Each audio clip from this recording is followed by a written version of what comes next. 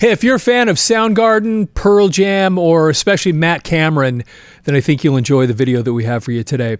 Now, I was on Facebook yesterday, and a friend of mine, posted the announcement that Matt Cameron had made that he was stepping down from Pearl Jam. He'd been in the band for 27 years, and I've got it up on the screen right here, the announcement. After 27 fantastic years, I've taken my final steps down the drum riser for the mighty Pearl Jam. And Matt Cameron, you know, we talk a lot about Kiss on this channel, and he has one of the greatest Kiss stories ever. And if you haven't heard it, he was born in 1962, so he was one of those, you know, young teens in the 70s when Kiss was really taking off. He was super into Kiss.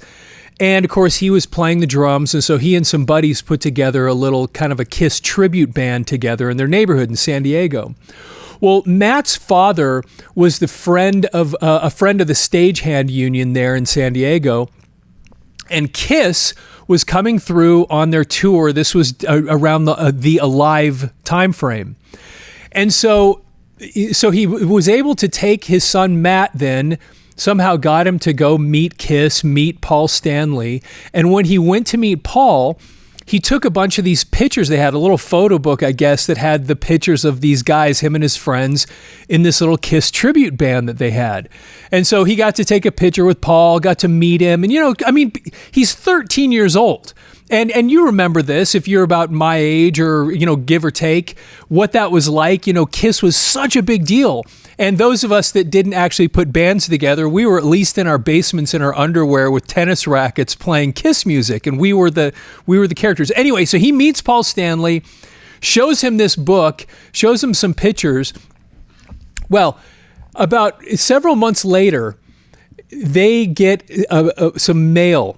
And he says that he went out to the mail and he got this thing from Coin Management. Now, those of you that were Kiss fans like me and you were buying records back then, you would see that Coin Management logo on everything. And so even though a lot of us didn't even know what that was, we knew it was associated with Kiss. So anyway, he gets this letter from Coin Management, and he's thinking to himself, oh my gosh, we're going to be famous. You know, Coin Management is contacting us, etc.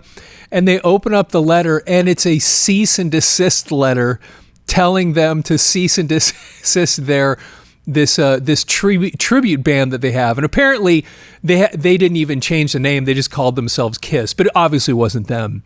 But it's so funny thinking about that here this kid is, he meets his hero. He's so excited, shows Paul the pictures of them dressing up like him, and a few months later gets a seat. And because it's so funny and it's so Kiss. It's perfect.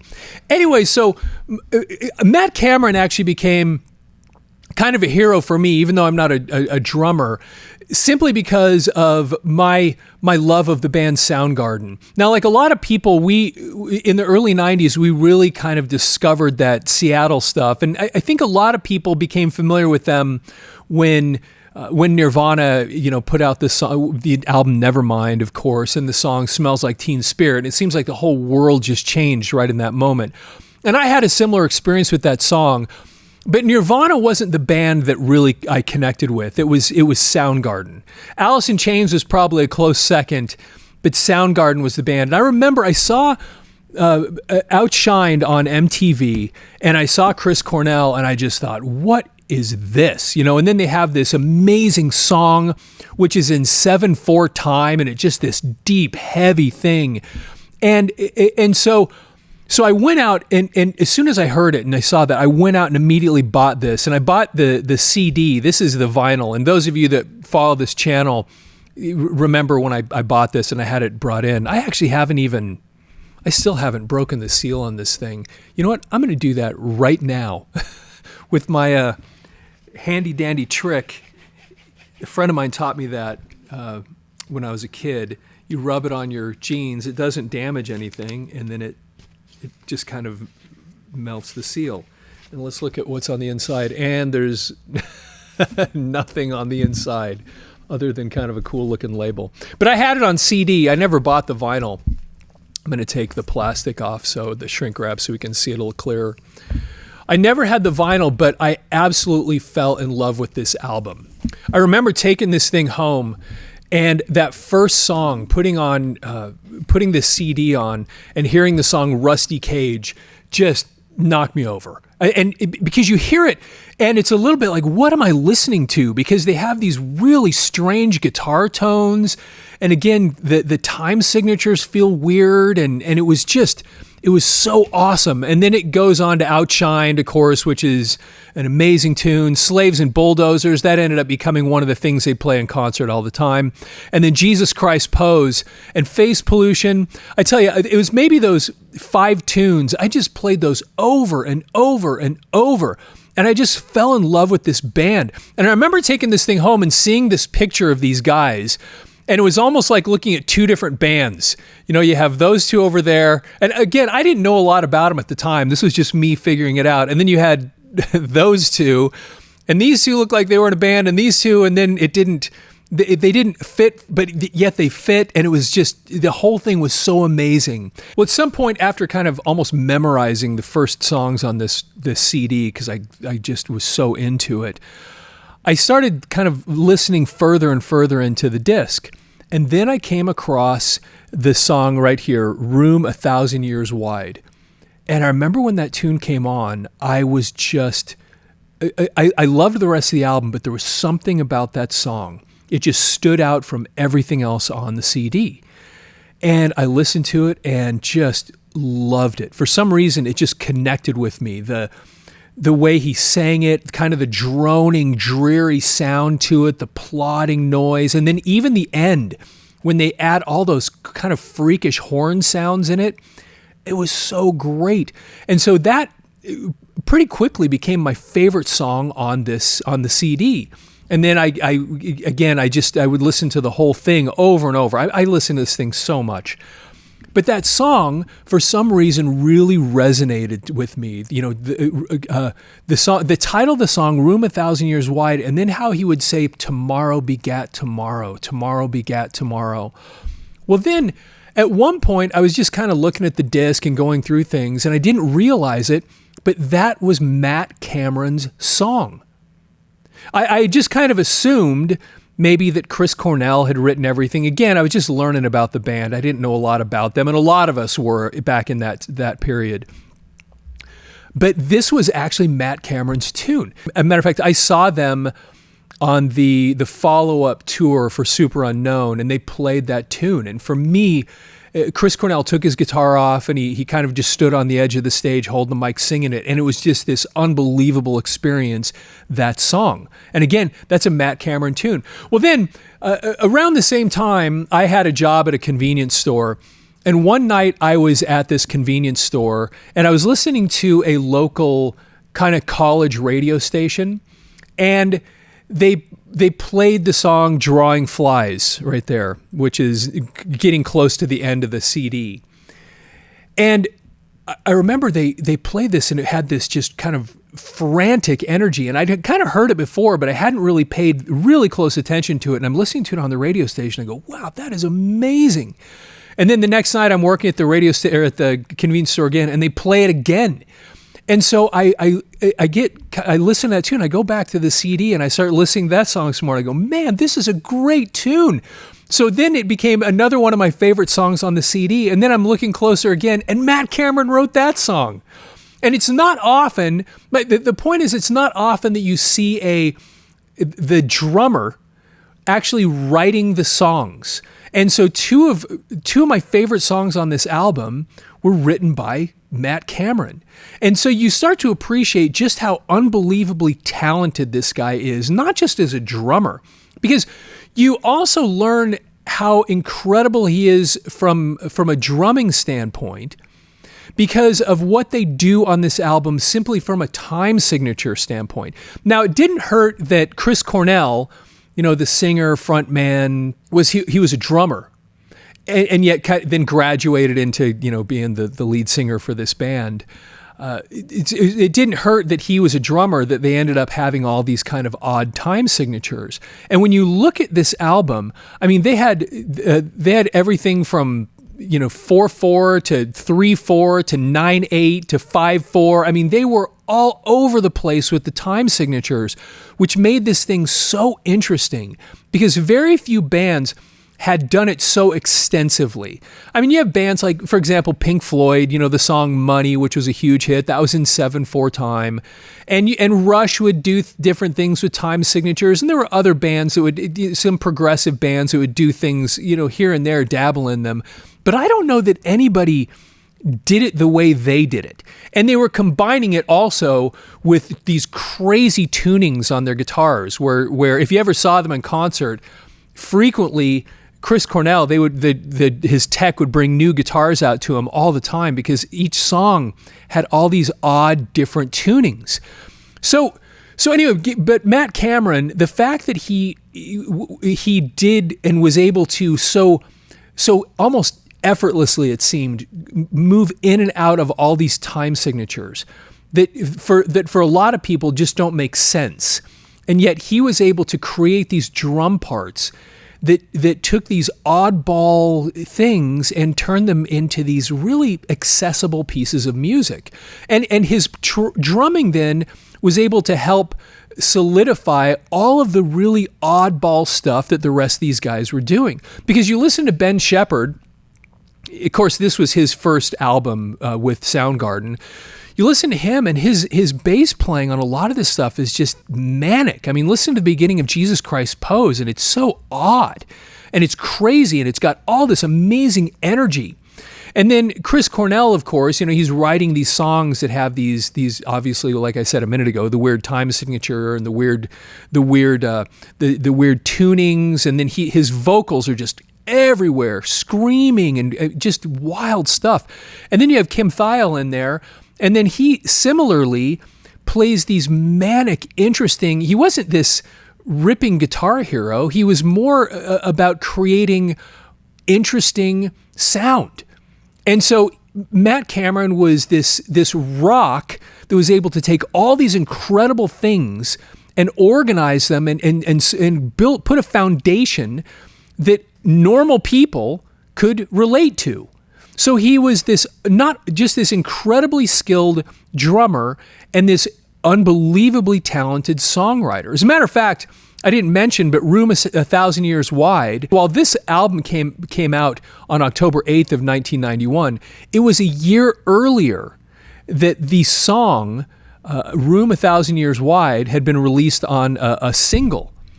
And you can actually find the recording of that on YouTube, and it's a very different, I say different, a lot, the song structure and a lot of the sounds are similar, but it doesn't sound like what's on here. Now, me personally, I know a lot of people love original things, and me personally, I think the recording of Room 1,000 Years Wide on this album is just as good as it gets. I think it's absolutely amazing. Now then, of course, on March 8th of 1994, that's when Superunknown came out, which was the next album, and I never bought the vinyl on that one.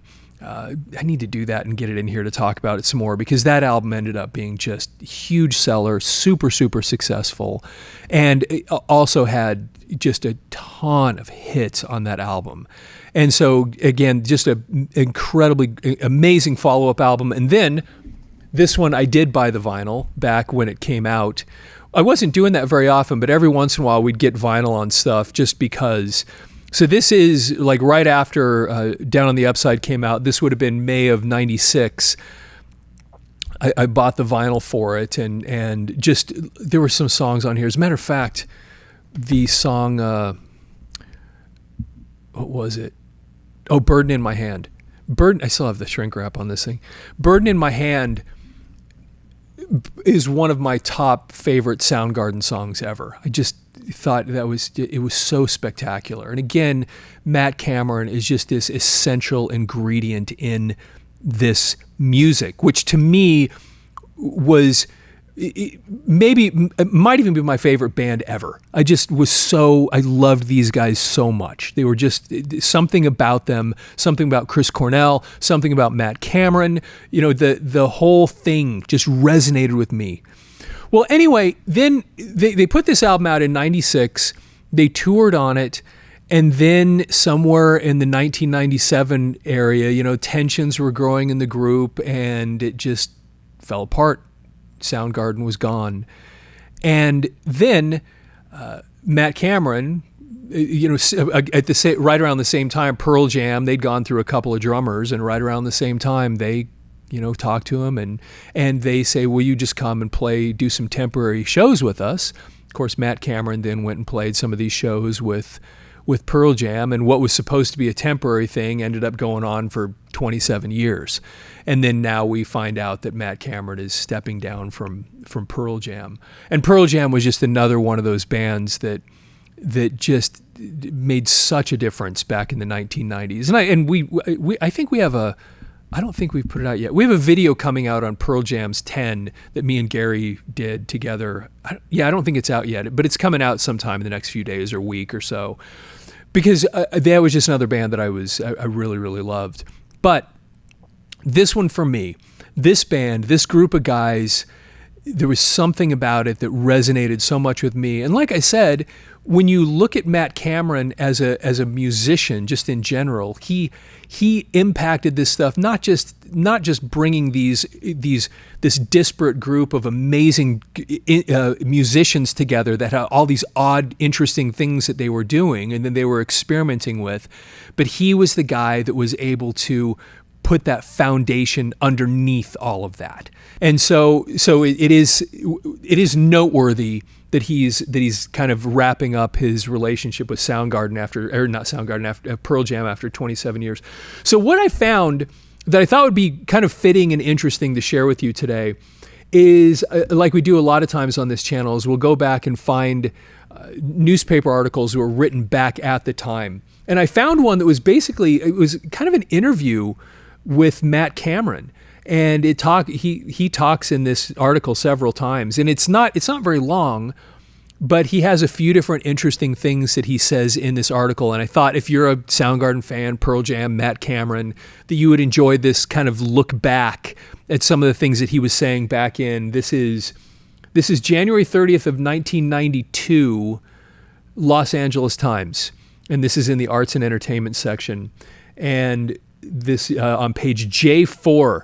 And so if this is January of 1992, this is basically November, 3 months after this album, after Badmotorfinger was released.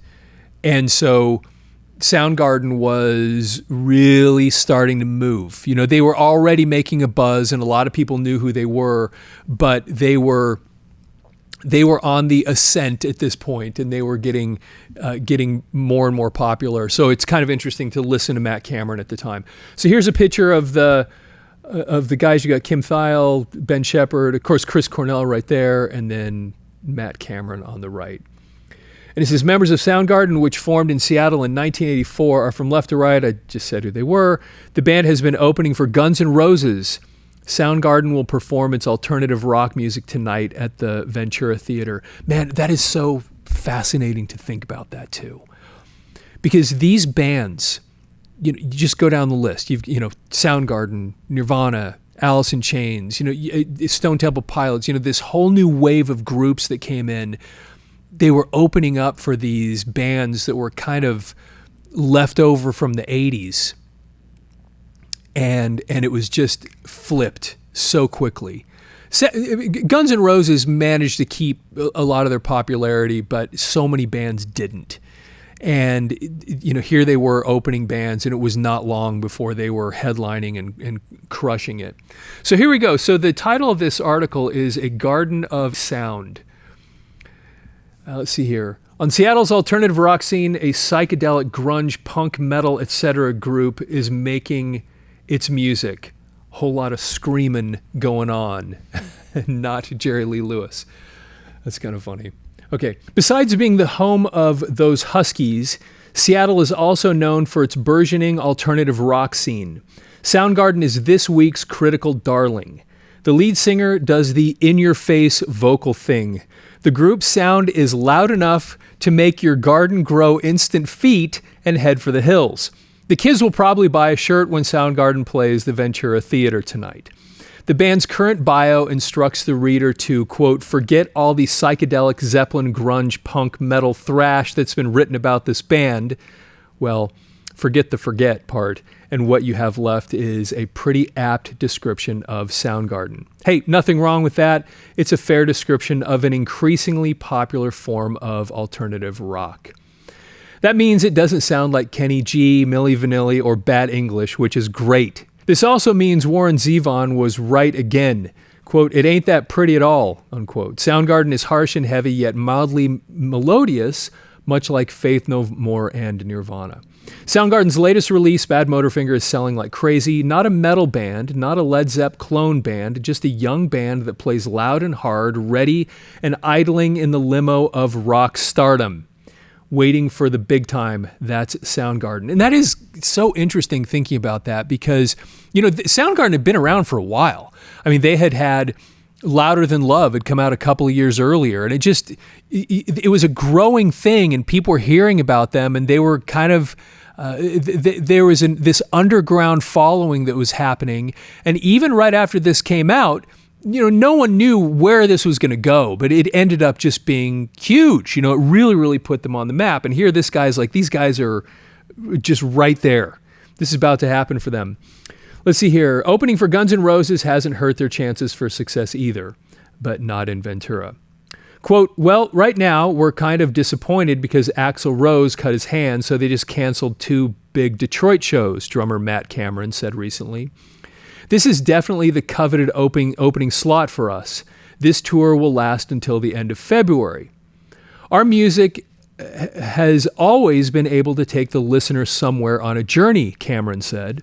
"Some people just like to put on the headphones. Others like to stand up and knock stuff over. Some just want to bang their heads, rock out, and get sweaty. We have this element that transports people somewhere else."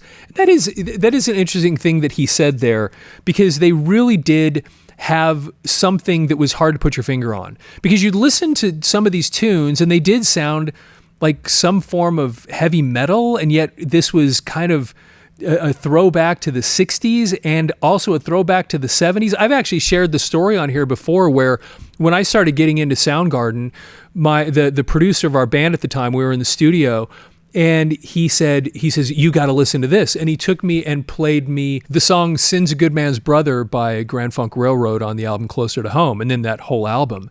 Because for him, he heard Soundgarden and he was hearing early Grand Funk, and then other people kind of hear Led Zeppelin, other people hear psychedelia, and other people hear this just whole heavy metal and just this whole cacophony of just stuff.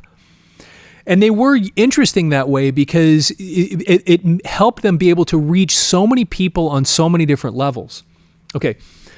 While lead singer Chris Cornell is the resident hunk, he's the one with no shirt, and main lyricist, Soundgarden is a functioning democracy.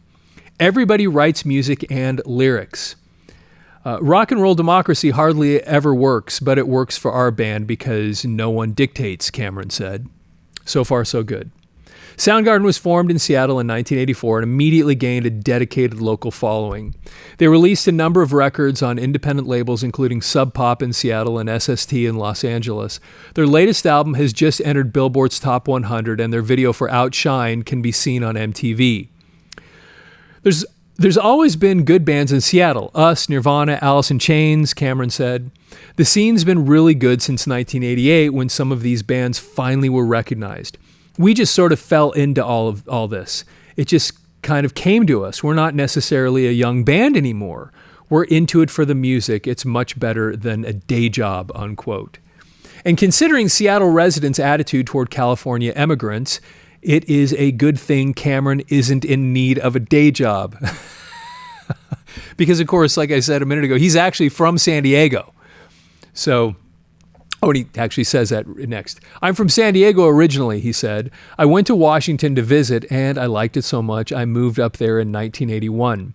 I took my drums and a suitcase and moved. A lot of people from California moved up here, bought up all the real estate, then the prices shot up. I changed the plates on my car because people would yell at you. It is fascinating that there he was moving there in 1981. And I know other people that started moving up there in the 1980s. But when you think about everything that had come from there, you had Jimi Hendrix, you had Hart, and then in the early 80s you had Queensryche. They actually became pretty big out of Seattle. And help me out. I mean, who else was playing there at the time that actually really went anywhere? I know, I'm sure there's more, and I'm just drawing a blank right now, but it is fascinating though that people just started migrating there, and it created this whole interesting sound. And similar to going back to England in the Birmingham area that created bands like Black Sabbath, where their sound kind of reflected the dreary, overcast, rainy, industrial area that they came from, and that's how you end up with bands like Black Sabbath. Similarly, you go to Seattle, and a lot of these bands, kind of the sound that they had reflected that kind of rainy, dreary area that they were from. And it was, for a lot of us, it was a really kind of a breath of fresh air, so to speak, because it was such a change from everything that we'd lived through in the 80s, where you had the excess and the hairspray and all the other things that had happened in that era. And then it was kind of like this pendulum swing that hit back in the early 90s, especially when we all heard Smells Like Teen Spirit. And instead of having the guitar solo in the middle of a hard rock song that was millions of miles an hour, and how many notes can I get in, and all the tech and the speed and the perfection. It was the opposite of that. You had Kurt Cobain, who you weren't really sure could play the guitar, like he hadn't spent a lot of time with it. It was just, again, it was just this different thing. He played it just right for what they were doing. But when you listen to the solo on that song, it was just a couple of notes. There wasn't much to it, because it was in a way a reaction to everything that had been happening. And there were a lot of people like me that somehow just reacted to it. We loved it. We thought it was amazing. And then to me, this band right here, Soundgarden, ended up becoming one of my favorite things ever. And the guys in this group. And I ended up seeing them several times in concert and just loved them every single time. They were so unique, and the shows were different. I don't know. They were also one of those bands. I looked at some of their set lists in different towns the last time I saw them, which was the last tour they were on with Chris Cornell. And I was comparing the set lists, and I don't think they ever played the same set night to night. It would just vary. They'd play whatever they felt like playing. Apparently, they were changing it all the time, and they just had that. They just had something really interesting and unique and original and honest about them. It wasn't like they were trying to be anybody else. You look at this picture right here of this band. It almost looks like a selfie. Of course, such a thing really didn't exist back in 1992, but there was a little bit of a carefree attitude about, hey, we just do what we do, and we don't do strange time signatures for the purpose of doing strange time signatures. We do them because the music calls for it, and so we just do it because we just want to make original, interesting stuff that speaks to us, and then take everybody else along for the ride. And there was something about that people like me just loved. And so seeing Matt Cameron then yesterday make that announcement, and there was nothing else. He didn't say anything like, I'm stepping down because it's time to spend time with my family or my grandkids, or I'm tired, or I'm tired of these guys. Nothing like that. It was just this very generic statement that just said, after 27 years, I'm stepping down, and then that's it. And so it's interesting now to watch these kind of. He didn't say it was a retirement, but you have these guys that are getting up there in age, and it's just interesting watching as these things shift. As some of these guys, we had Black Sabbath kind of wrap up the career just a few days ago. Speaking of that type of music, today is Tuesday, July 8th, and so the Black Sabbath concert just happened a couple days ago.